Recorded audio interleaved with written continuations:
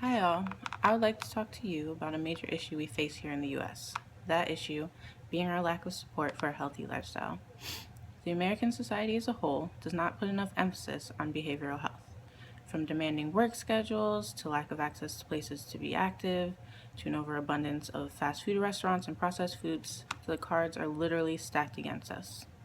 Then, when we want to be proactive and address the issue, we do not know our available resources and oftentimes cannot afford the necessary care we need to get healthy.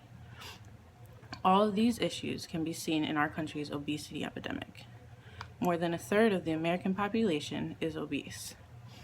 That is double the percentage since 1980, and for childhood obesity, those rates are triple for that time period. Obesity has become such an issue that it accounts for a quarter of the nation's healthcare costs. Obesity is also linked to the drastic rise in type 2 diabetes, high blood pressure, and high cholesterol, all of which can lead to heart disease, the number one killer in the US and our nation's biggest health expense. But obesity can be prevented, as can high blood pressure, high cholesterol, and heart disease. We simply need to take care of ourselves, but in many cases, we need some help. In 2010, President Obama passed the Affordable Care Act. One of the provisions of this act was disease prevention and wellness promotion. The goal of the legislation was to eliminate out-of-pocket expense for preventive care services, such as well visits, cancer screenings, immunizations, behavioral assessments, obesity screenings and counseling, and several other services. By eliminating costs for the consumer, the hope is they will seek primary care and other services to catch any illness early or even prevent it from happening in the first place. For instance, someone who is overweight could be screened for high blood pressure or cholesterol, and if they have one of those, they could get their levels down and get advice from their primary care provider about how to reduce their weight.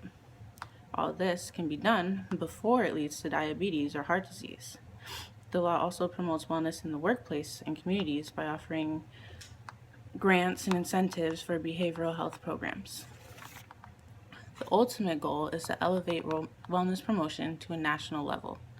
So far, the Affordable Care Act has been pretty successful in increasing preventive care, with an overall estimated increase of about 76 million people seeking preventive services. If this continues, we could put up a real fight against preventable diseases and also catch the inevitable ones before they progress too far. For instance, we could catch cancer in its early stages and potentially save a life. By doing this, we improve the health of the nation overall, and as a bonus, we also decrease healthcare spending because we aren't getting so sick anymore. The Affordable Care Act has given the millions of uninsured Americans a chance to improve their health. It has given the nation a fighting chance against chronic illness by giving us the opportunity to prevent it from even happening. Something I've always said is that the best solution to a problem is to never have one in the first place. And that's exactly what the Affordable Care Act is trying to do. Thanks.